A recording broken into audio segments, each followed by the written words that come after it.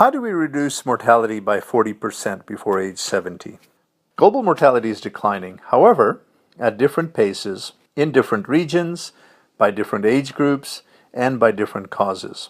Recently, we wrote a paper, Norheim et al., in your reading materials, that suggests that the United Nations and leading global organizations, such as the World Health Organization, set a goal by 2030 to reduce premature deaths before age 70 by 40% globally.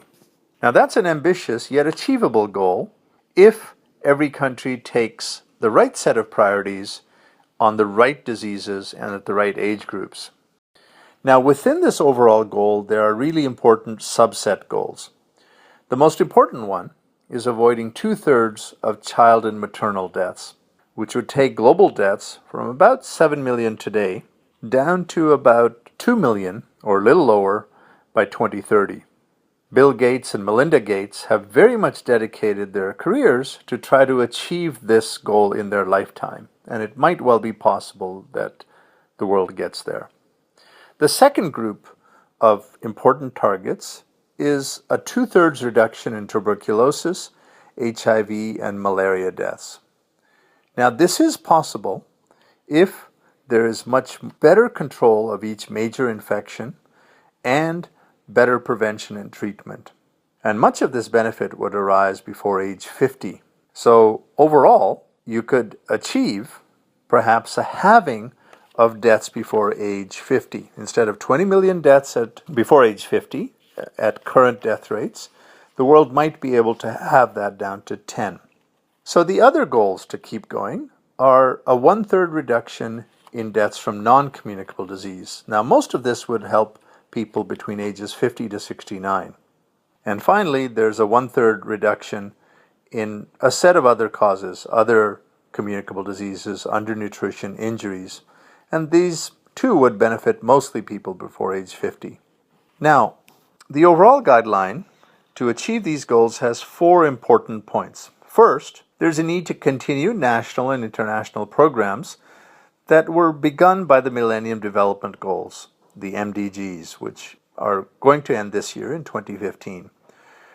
The MDGs, initiated by the United Nations, launched and supported many programs, such as affordable sexual, reproductive, and perinatal health services, and in particular vaccines. Look at the extraordinary decline in the 2000s in vaccine-preventable deaths, down by 67%. And that's really a tribute to the enormous attention the world put into basic immunizations, is very much arguing for better acceleration and more work on vaccines.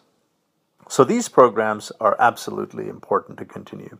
Second, particular countries with very high under 50 mortality, such as Ethiopia and Nigeria, should prioritize reducing mortality from communicable perinatal and maternal causes and injuries where possible.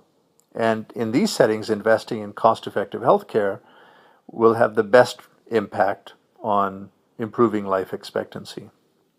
Countries with low under 50 mortality, such as Mexico, can prioritize controlling mortality from non-communicable diseases, which predominate in the age groups 50 to 69 years.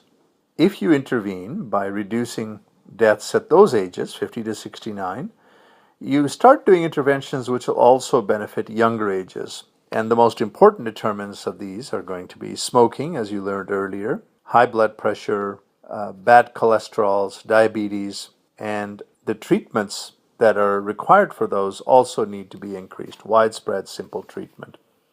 The last point is that systems for vital statistics and causes of death are needed to monitor these extraordinary changes that are occurring by different ages, by different genders, and different causes.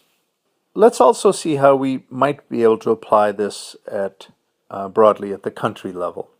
Let's take India, China, Nigeria, and Indonesia. Now, these are large, important countries, and they collectively account for 20 million of the 41 million premature deaths that would occur at 2010 death rates. So these important countries obviously have to do a lot to reduce their mortality so that the global totals would fall. You can't get to the world totals of trying to reduce premature mortality without having real action in these large, important countries. In sub-Saharan Africa, large reductions in premature mortality related to HIV can be seen or could be expected if the programs that initiate prevention and treatment of HIV are continued. Lastly, look at Russia's premature mortality. Well, that's in large part controllable through alcohol and tobacco control interventions, as you learned earlier in this course.